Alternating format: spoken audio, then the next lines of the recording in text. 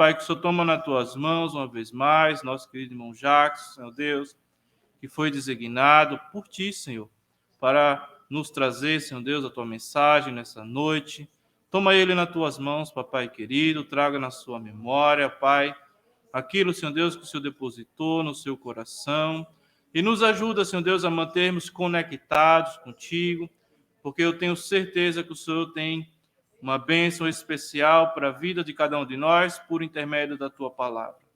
Repreendemos, Senhor Deus, na autoridade do nome do Senhor Jesus, toda sorte de tentativa, Pai, de roubar a nossa atenção, Senhor Deus, em relação, ó Pai, à tua palavra, porque a Sagrada Escritura nos atesta, ó Pai, que a fé vem pelo ouvir e o ouvir a palavra de Deus. E, portanto, queremos sair daqui nesta noite de posse de vitória, não apenas ouvindo a tua palavra, mas guardando em nossos corações, e tenho certeza que no momento oportuno, teu Espírito Santo há de nos trazer à mente, à memória, e nós faremos uso dela e seremos, sim, abençoados.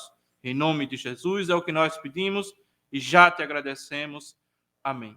De pé como estamos, meus irmãos, vamos receber nosso querido irmão Jacques.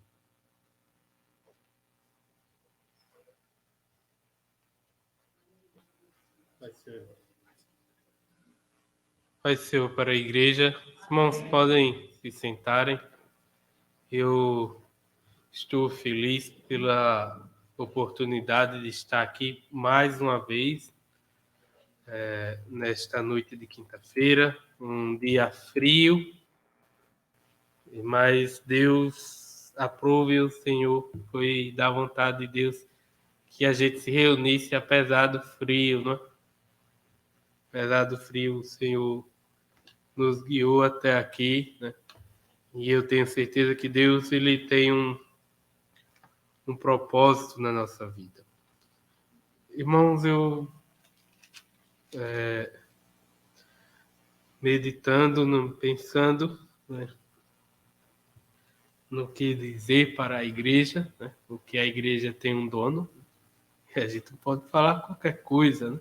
Tem que falar o que Deus determinou, né, o que o Senhor guardou, né? Deus, através do seu Espírito Santo, guiou a minha vida para o Evangelho de João, capítulo 2, versículo 1 em diante.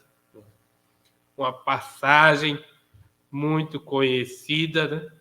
Mas Deus age a si mesmo. Continua uma passagem muito conhecida, né? Mas Deus continua falando, Deus é o mesmo. Jesus, né? Jesus Cristo é o mesmo ontem, hoje, eternamente. Evangelho de João, capítulo 1 por diante, e diz o seguinte: e ao terceiro dia fizeram-se umas bodas em Caná da Galileia. Estava ali a mãe de Jesus. E foi também convidado Jesus e os seus discípulos para as bodas. E, faltando o vinho, a mãe de Jesus lhe disse: não tem vinho? Disse-lhe Jesus: mulher, o que tenho eu contigo? Ainda não é chegada a minha hora. Sua mãe disse aos serventes: fazei tudo o que ele vos disser. E estavam ali postas 6 talhas de pedra para a purificação dos judeus, e cada uma cabiam 2 ou 3 almudes. Disse-lhe Jesus: enchei de água essas talhas, e encheram-nas até em cima. E disse-lhe: tirai agora e levai ao mestre-sala. E levaram, e logo que o mestre-sala provou a água feita vinho, não sabendo de onde viera, e se bem que o sabiam os serventes que lhe tinham tirado a água, chamou o mestre-sala o esposo. Chamou o esposo e disse-lhe: Todo homem põe primeiro o vinho bom e, quando já tem bebido bem, então o inferior. Mas tu guardaste até agora o bom vinho. Jesus principiou assim seus sinais em Caná da Galileia. Manifestou a sua glória e os seus discípulos creram nele. Uma passagem muito interessante a respeito de Jesus Cristo, aqui no Evangelho de João.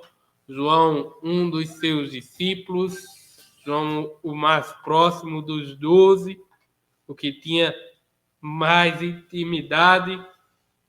João, que diz a história que foi o único que morreu de morte natural, né? Esse João sempre com Jesus. Agora, esse mesmo João está falando, né, de um capítulo interessante da vida de Jesus. Esse mesmo João que mais para frente ele diz o seguinte: olha, se formos narrar tudo o que Jesus fez, todos os milagres que ele operou, não teria espaço para o agir de Deus aqui na Terra. Agora vejamos bem. Pensando num casamento que demorava uma semana, né? Não é como aqui no Ocidente, né? Os nossos casamentos, né? E você chega, geralmente é num sábado, né? Agora tá à tarde, né? Mas antes os casamentos que eu participei eram num sábado à noite, e aí todo mundo fica esperando a noiva, e se a noiva não chega logo, as pessoas ficam agoniadas. Nossa, que falta de respeito que essa noiva não chega. A noiva chega, tem toda uma cerimônia, um culto, e as pessoas sobra para o pastor, geralmente, né? Terminar rápido a cerimônia. Se ele não terminar rápido, as pessoas começam a olhar para o pastor com a cara feia, né? E ele tem que terminar rápido para chegar finalmente, né? As pessoas comerem, né? E beberem e se alegrarem, né? O crente gosta de comer, não é? E a própria Bíblia diz: ide e comer as gorduras e beber as doçuras, né? E se alegrai com os que se alegram. Ou seja, a própria Bíblia incentiva, né, a você confraternizar com seu irmão, você se alegrar, né? Mas o que chama a atenção é que nesta festa a pessoa convidou aquele que não podia faltar, aquele que não pode faltar na nossa vida, aquele que não pode faltar em nossos planos, aquele que não pode deixar de andar conosco quando a gente sai de casa. Agora eu vou para a faculdade. Tem uma pessoa que tem que ir com você. Tem uma pessoa que até na hora das provas, aquela pessoa tem que estar sentada ali com você.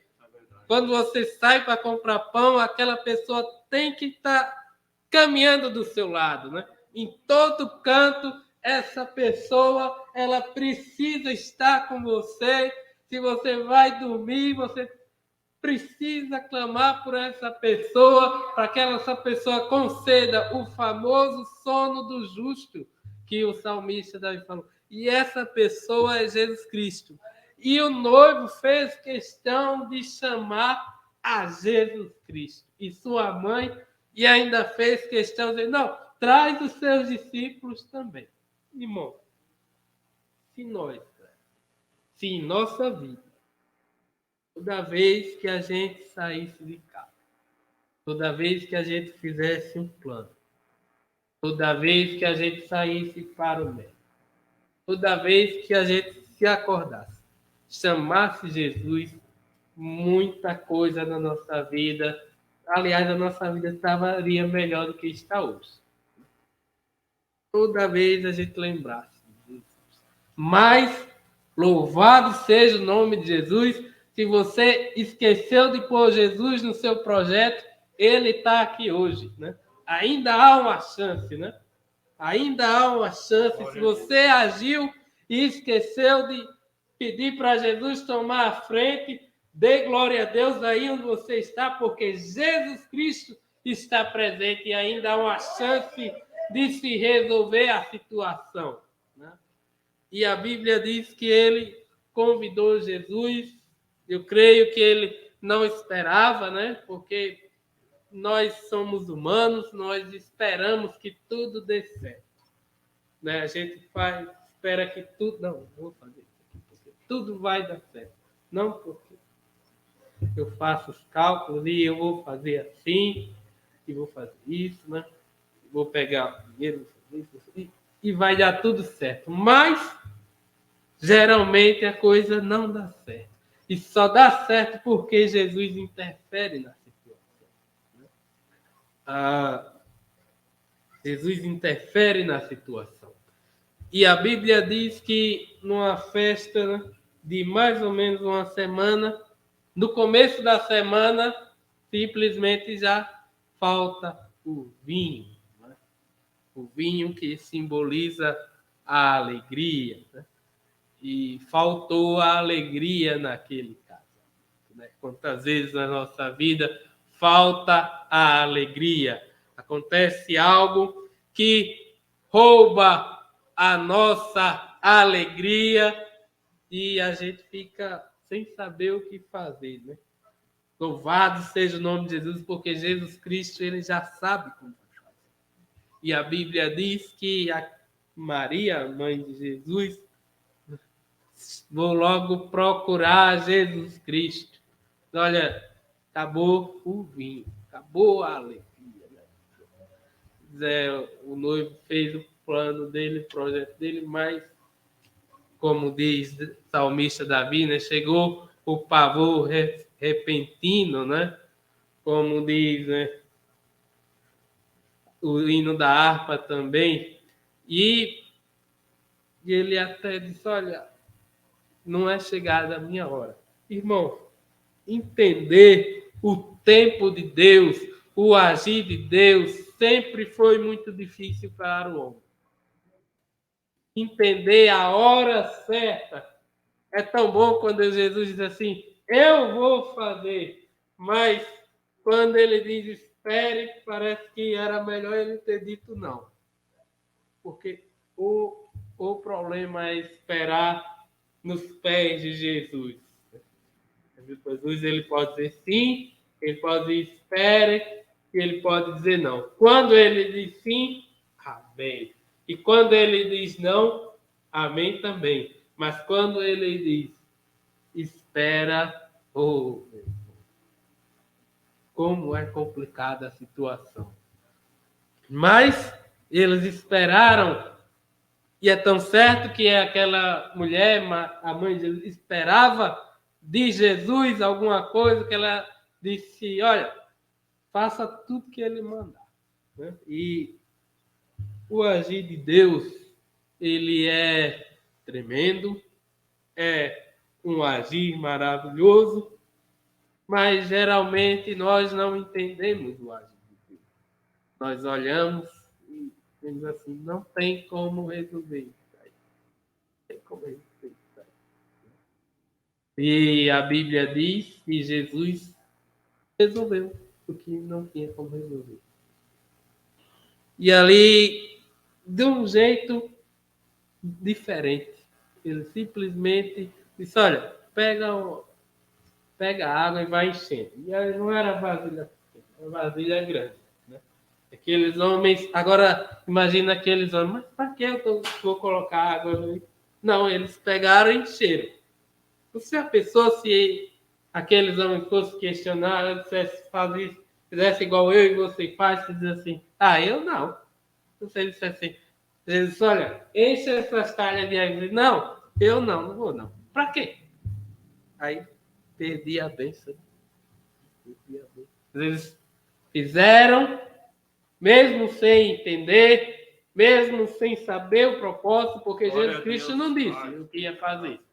Mas ele já sabia o que ia fazer. Mas aqueles homens não faziam ideia de como iria fazer, para que estavam colocando aquela água. Mas Jesus sabia que daquela água ia sair o vinho.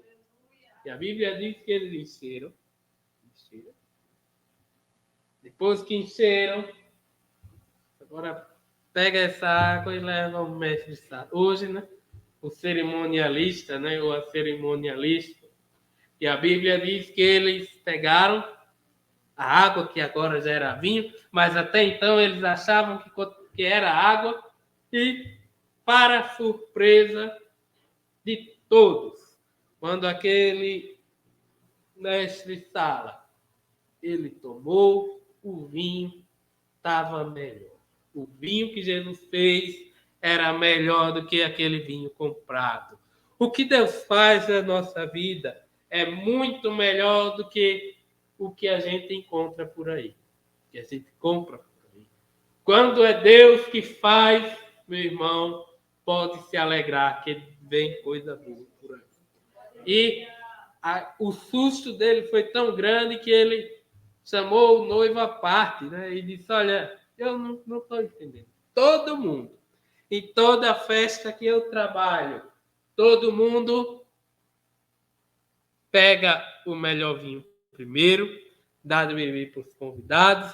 Quando os convidados já estão alcoolizados, que já não sabem mais quantos dedos tem na mão, aí a gente dá o vinho velho, dá o vinho ruim mesmo, de baixa qualidade, que para eles tanto faz como tanto fez, só querem estar bebendo. Mas você esperou até agora, guardou até agora o melhor para o final.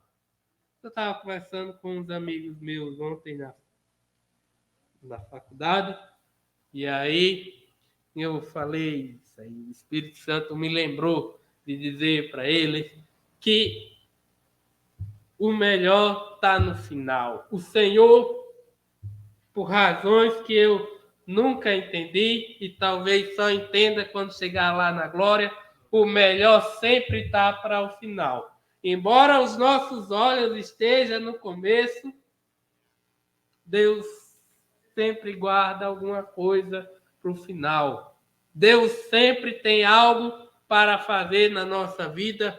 Outras vezes nós dizemos aqui, agora tá bom. Tá bom, Deus já fez tudo o que eu pedi, fez muito mais. Não, irmão.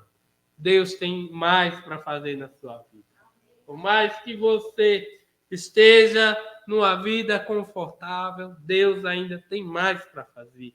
Enquanto nós estivermos aqui na terra, o Senhor tem algo para fazer na sua vida. E a Bíblia diz que naquele dia o Senhor multiplicou, transformou a água em vinho. E muitos se alegraram. Deus sempre tem um final maravilhoso para a nossa vida. A própria Bíblia diz que melhor é o fim das coisas do que o começo, né? Em outra passagem diz, olha, o teu princípio, na verdade, é pequeno, mas o final é melhor. O melhor de Deus sempre está por vir, não é? E Deus, ele trabalha de um jeito que nós não entendemos, nós não compreendemos, mas Deus tem uma compreensão melhor do que ele está fazendo na nossa vida. Lembro que eu estava trabalhando no emprego e aos poucos eu comecei a perceber que aquele emprego estava prejudicando a faculdade. Não, mas o que está acontecendo? E estava tão bom, mas de repente já não estava tão bom. E chegou de um jeito que eu falei, eu vou ter que trancar a faculdade, porque não vai dar. Mas se resolveu, no fim eu optei por sair, né? E eu passei uma semana, 2 semanas. Na segunda semana, o Senhor resolveu tudo. E do jeito que o Senhor resolveu, foi melhor. Mais tempo para estudar. Né? Não precisou trancar. Né? e continuei sendo abençoado. Né? Glória a Deus, glória a Deus. Deus, ele tem o melhor. E não adianta a gente ficar pensando, né? A gente pensando, mas como é que Deus vai fazer? Deus, irmão, só dê glória a Deus. É o que você pode fazer. Há situações em nossa vida que a única coisa que a gente pode fazer é orar. Buscar a face de Deus. É a única coisa que a gente pode fazer, né? Às vezes, olha, faz o cálculo, diz não vai dar. E mais para frente, Jesus ele tinha um mistério em Caná da Galileia. Né? Mas, na verdade, não é um mistério na Galileia. É que Isaías já falava, né?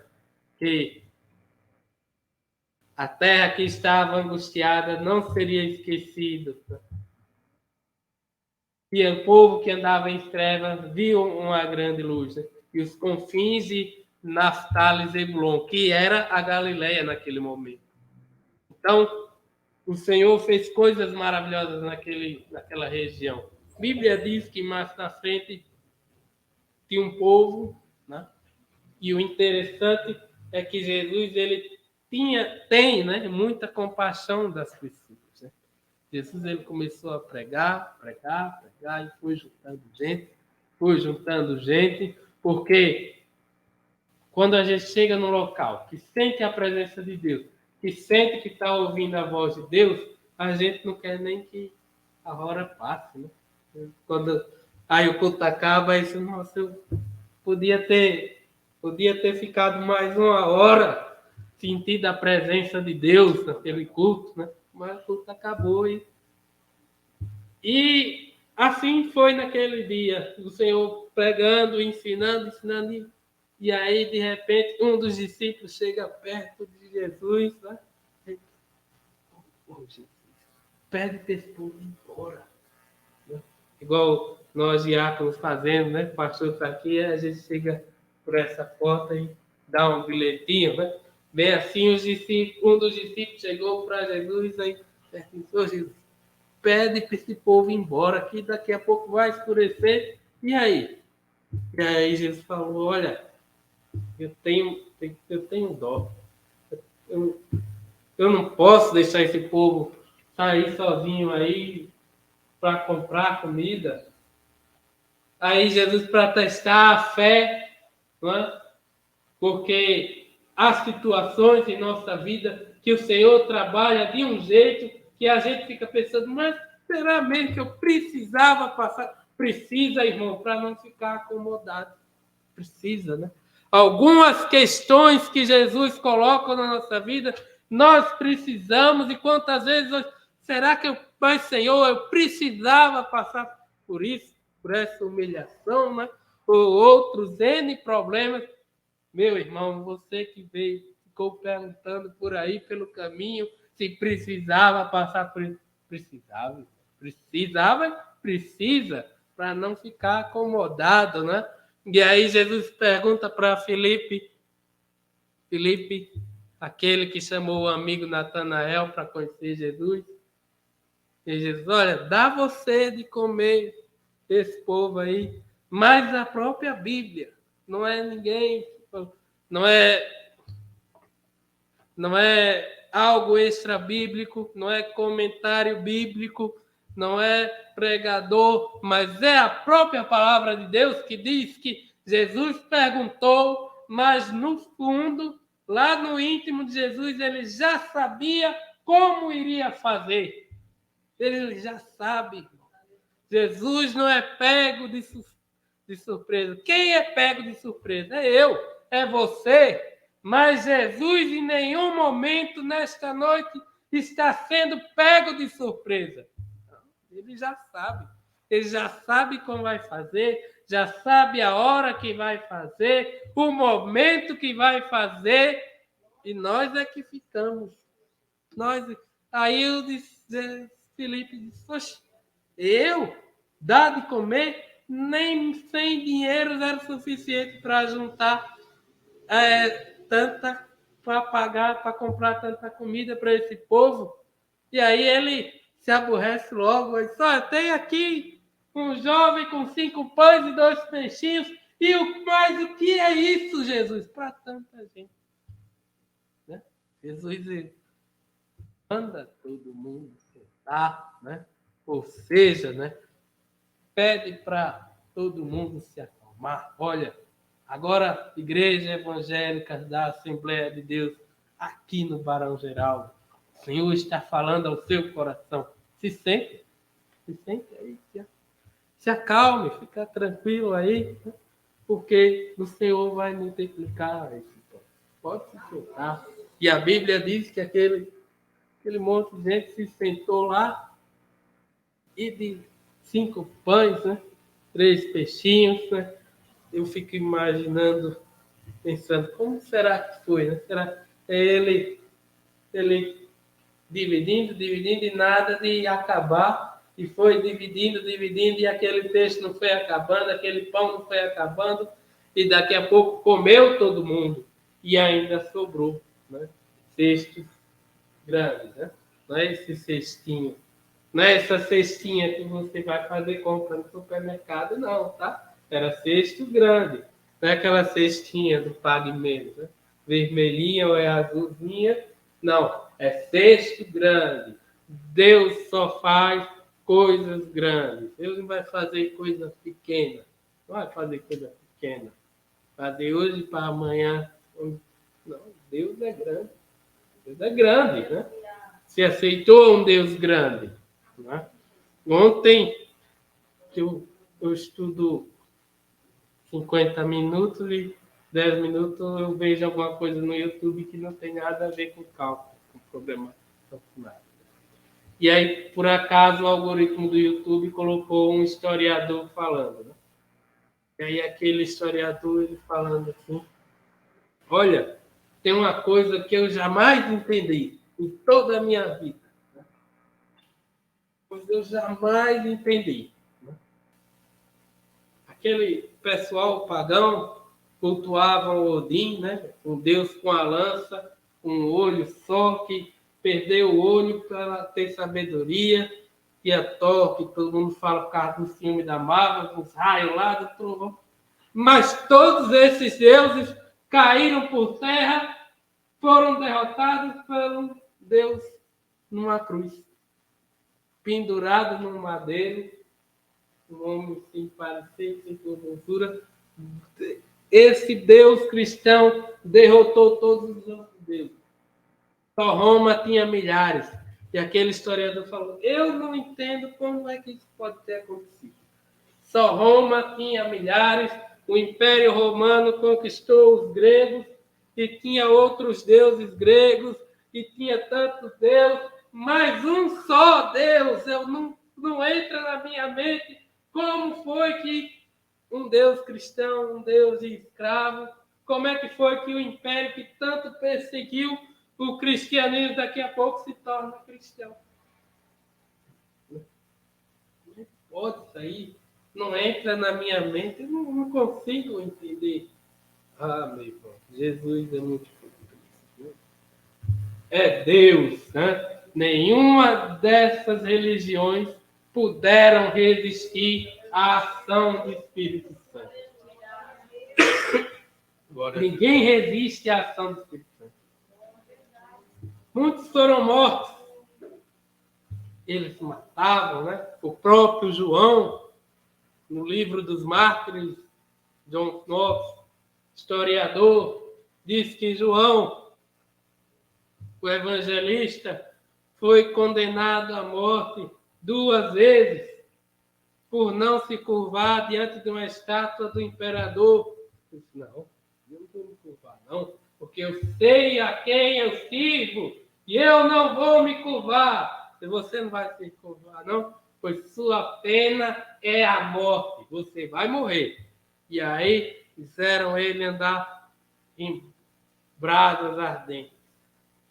Eles vão fazer ele andar aí, ele pega fogo e diz, a ciência diz que é uma das piores dores, né? É a dor de ser queimado vivo, mas nada. Não vamos, já que a gente não, ele não morreu queimado, vamos jogar ele, vai morrer assado. joga ele no caldeirão fervente. Mas diz a história que ele saiu. Não foi assado, nem morreu afogado dentro de um caldeirão enorme, não. O Senhor estava no controle. E diz a história que já que a gente não mata esse homem, e esse homem não para de dizer, filhinhos, amemos uns aos outros, você vai pegar agora prisão perpétua. Nunca mais você fala de esse Jesus e condena ele ao resto da vida na ilha de Patmos. Mas lá na ilha aí é que os céus se abrem e ele vê o Cordeiro de Deus e todo o Apocalipse é revelado. Revelado, né? Na ilha de Patmos. E no fim, outro imperador assume e a primeira providência do outro imperador é conceder o perdão imperial para João, e João volta a ser pastor de novo na igreja de Éfeso. Fizeram tanta coisa, mas não conseguiram entender. Na nossa vida não é diferente. Tanta coisa acontece, né? Hoje, uma quinta-feira, já começou fazendo frio, né? Eu saí de casa e estava tudo branco, de neblina. Eu vou sair porque tem que sair, mas se depender de mim, eu vou estar para a cama. Né?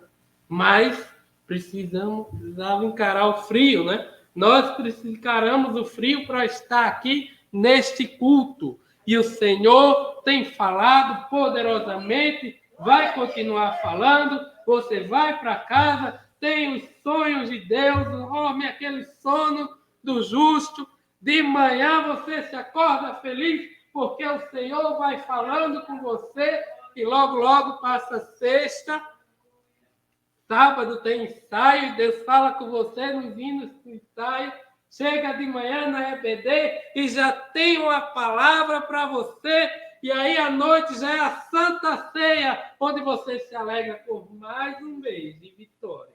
E aí vai, os dias continuando, e o Senhor trabalhando na sua vida. Eu agradeço por tudo.